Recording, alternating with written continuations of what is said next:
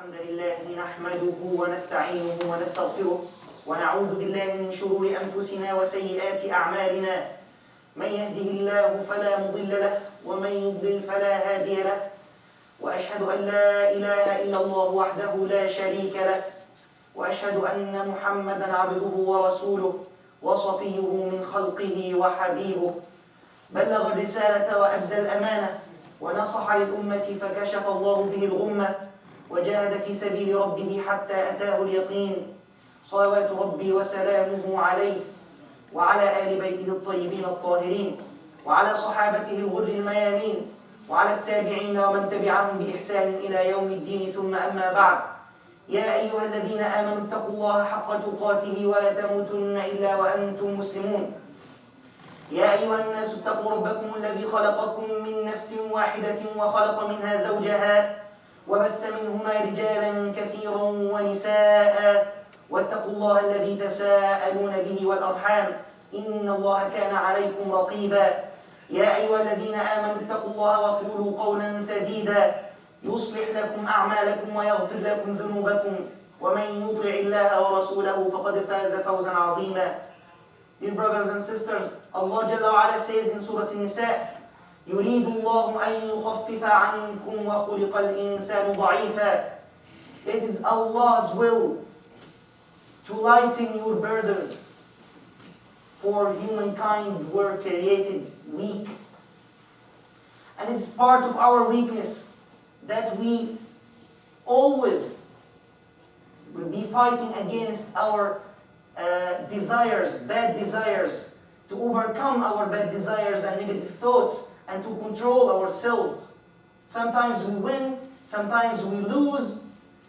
It is an inescapable fact, and it will continue with us as long as we are alive, as long as we are human. We will make mistakes, we will commit sins.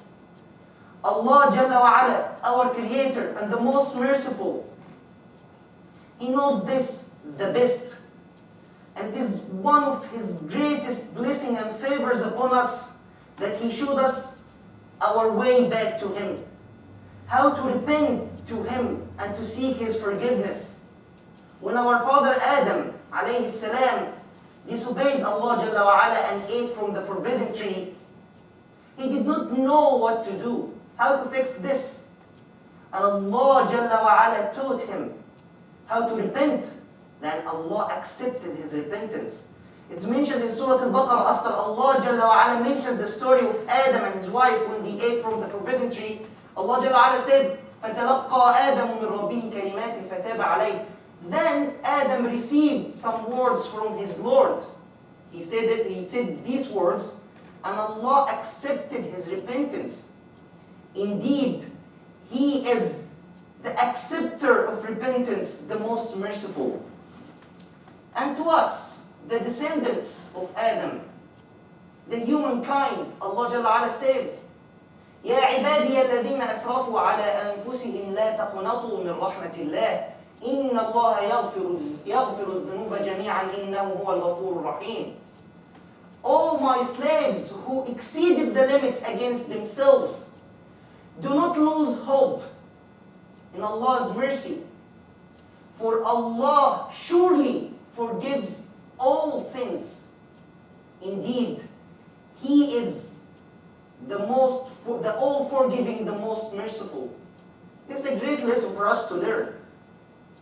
This we should all realize. What Rasulullah sallallahu alayhi wa sallam mentioned in this hadith, he said, وَالَّذِي نَفْسِي بِيَدِهِ لَوْ لَمْ تُذْنِبُوا لَذَهَبَ اللَّهُ بِكُمْ وَلَجَاءَ بِقَوْمٍ يُذْنِبُونَ فَيَسْتَغْفِرُونَ اللَّهَ فَيَغْفِرَ لَهُمْ.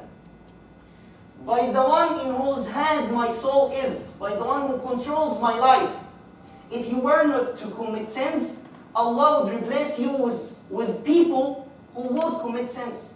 Then ask Allah for forgiveness, who would surely forgive them. It is a fact. We will make mistakes. We will commit sins. And it is the matter of what will we do then. We should realize as Muslims that we should repent to Allah Jalla wa Ala every time we do any bad thing. Actually, we should ask Allah Jalla Ala for His forgiveness every time we remember this.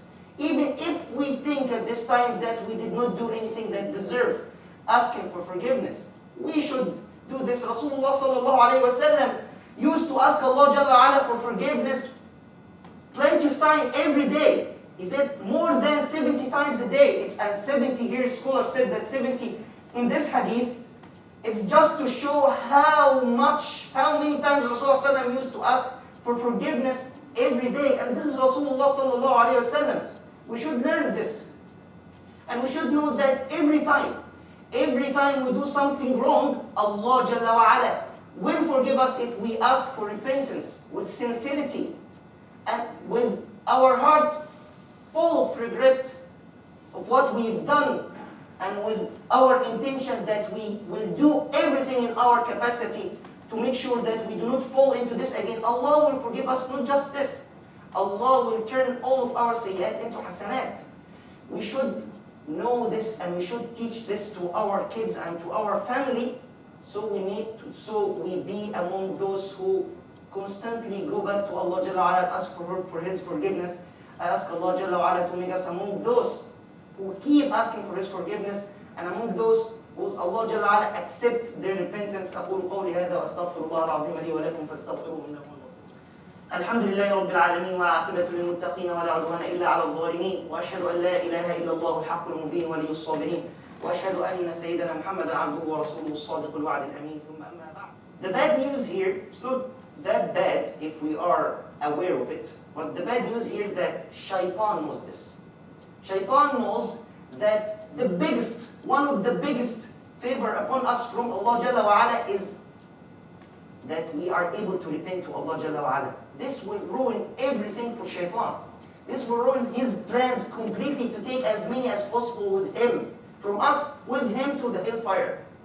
And because he's our worst enemy, he will do everything he can to stand in the way between us and going back to Allah and repenting to Allah Jalla wa Ala. He will try so many things to stop us from repenting to Allah. And what I want to focus on today is something that I think a lot of people, personally I've made so many people think this way. Sometimes myself I think this way myself. Shaitan will first try his best to make you delay your repentance to Allah Jalla wa Ala, giving you so many excuses that you still have time, you're still young, when you reach this age you will repent to Allah, when you just try this thing you will repent to Allah. Try to delay your repentance, hoping that you will forget or you will die before you repent. But if you fail to fulfill this, he will try sometimes to make you lose hope in Allah's mercy. Be like sort of telling you, like, do you really think that you deserve forgiveness? How many times have you done this? And every time you repent, you cry, you scream loudly, and you ask Allah for forgiveness, and you promise Allah that you will never do this again, and you end up doing the same thing again. Sometimes even you do worse than it.